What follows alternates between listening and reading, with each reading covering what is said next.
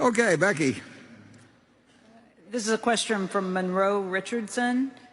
The Wall Street Journal reported in March that oil producers are producing less oil and may have reached their peak in the Permian Basin. Given the major positions of both Occidental Petroleum and Chevron in the Permian, would you please explain the rationale for Berkshire's significant holdings of both those companies, considering that future outlook for oil there? Well, there's no question. It's really interesting about oil, and Charlie knows way more about oil than I do. When did you buy that royalty in near Bakersfield or wherever it is? But that was before I met you, right? Yes. No, it wasn't before. Yes, it was. It's just before. You're right. Yeah. And that goddamn royalty still paying me $70,000 a year. What'd you pay for the? $1,000. Yeah. Yeah. Now, that's the opposite of the Permian. My dad bought $1,000 or $1,500 worth of royalties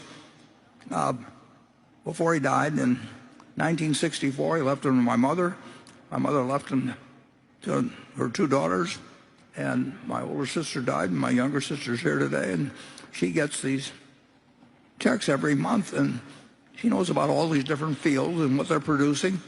And that's the reality of half of the oil production, or something around that, in the United States. And then the other half is shale. And you know, if you've gone to the movies and ever watched oil, you've never watched the things that are pumping out Charlie's royalties in California. You see these gushers of oil. Well, in the Permian, I'm like, this should sink in on you. And the first day when you bring in a well, you know, it may be 12,000 barrels, it may be 15,000 barrels, and it's dangerous. Occidental had one come into, I think, in 19,000 barrels or something like that, one day. And in a year and a half, it becomes practically nothing. It's a different business, in effect. And the United States, it's interesting, we use, whatever we use, maybe 11 and a fraction, well, we produce 11 and a fraction million barrels of oil equivalent a day. But if shale stopped, I mean, it would drop to 6 million very fast. Well, just imagine taking 5 million barrels a day out of the production in the world, and then we're also taking down our strategic petroleum reserve. Strategic petroleum reserve is the ultimate oil field. You don't have to drill. It's just that we've got it, and it was supposed to be strategic, but it gets involved in politics, and so. When you're about the oil business, you're talking about different kinds of businesses, basically. And we like Occidental's position in the Permian, and we wouldn't like that position. Well, it got to minus one day. It got to minus $30 a barrel. That was crazy, of course. But if oil sells at X, you know, you do very well, and if it sells at half of X, you know, your costs are the same. And it doesn't change the production, and it doesn't work as well, but it also brings down the oil production of the United States very fast. So we don't know what oil prices will be, but we do very much like the Occidental position they have, and that's why we financed them a few years ago, and it looked like it was a terrible mistake when the oil market just totally collapsed, and then it changed around, and we bought a lot of the common stock. In the last few months, they've reduced our preferred, which we don't like, obviously. I mean, we'd be disappointed in them if they didn't reduce it. It's intelligent from their standpoint. So we've taken, of the $10 billion preferred, we've gotten maybe $400 or $500 million of it retired at 110% of par. But Becky Holub she's an extraordinary manager of Occidental. Her first job was with City Service. That was the first stock I bought in 1942. She knows what happens beneath the surface I know the math of it, but I wouldn't have the faintest idea what to do if I was in an oil field. I mean, I can dig 2 feet down. I can't in my backyard, and that's my understanding of subsoil in the world. I can't picture the field that Charlie has been collecting that monthly check from 50 plus years, 60, 60 years roughly, or my sister getting at various fields where they just keep pumping and pumping and pumping, and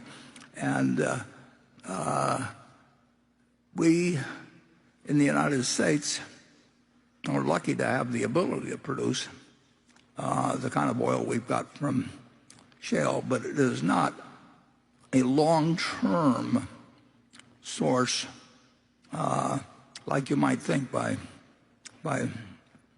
watching movies about oil or something of the sort. Charlie, do you have anything? Yeah, it really dies fast, those shale wells. If you like quick death in your oil wells, we have them for you. No.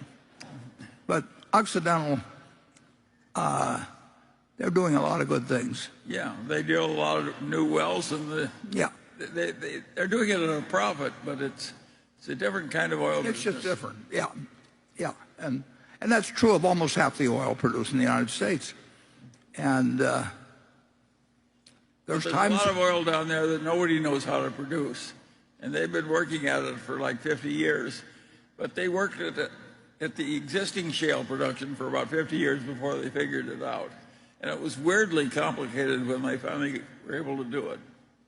There's only one type of sand that works. Can you imagine a horizontal pipe, that maybe 1.5 miles or something? It's just so different than what you think about. It goes laterally for 3 miles, 2 miles down. Yeah. How in the hell do you drill 2 or 3 miles laterally when you're already 2 or 3 miles under the earth? They've mastered a lot of very tricky technology to be able to get any oil out of these wells at all. Yeah.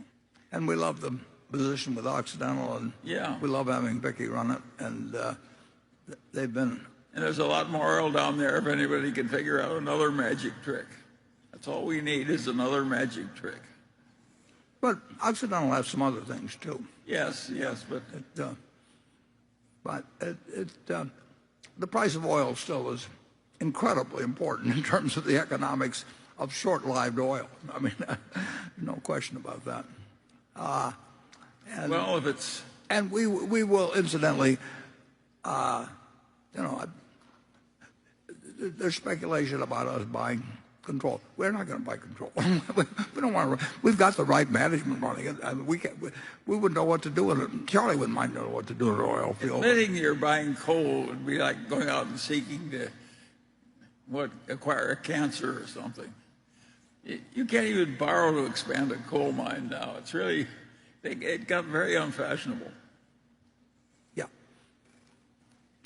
And we think, frankly, some of the things said are ridiculous, and on both sides, in both extremes. I mean, you're dealing with physics. You're dealing with, it's the politicization of positions on something that's enormously important in terms of energy. Is just it just lends itself to demagogues and fundraisers and advisory organizations and everybody in sight.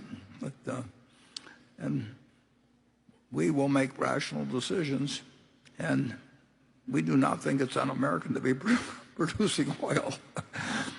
And there is no oil basin in the United States that compares to the Permian in terms of promise. Yeah, we were lucky. Well, we didn't know it was there until not that many years ago. It had sort of been used up, and they always knew the shale oil was there, but they thought it was going to stay unrecoverable forever. Yeah. The second or third stock I bought was Texas Pacific Land Trust, and they owned 3 million acres down there in P, and they were grazing revenues of $10,000 a year or something like that. And they were sitting on this incredible amount of oil, and basically that company is now actually part of Chevron, and it went through Texaco and did all kinds of things, and there's still a Texas Pacific Land Trust, but a lot of that property is fee owned by their minerals are owned by Chevron, which is some advantage, but it's well, it's an interesting subject, I'll put it that way, and we will not be making any offer for control of Occidental, but we love the shares we have, and we may or may not own more in the future, but we certainly have warrants on which we got as part of the original deal on a very substantial amount of stock at around $59 a share, and those warrants last a long time, and I'm glad we have them. Okay, station 7.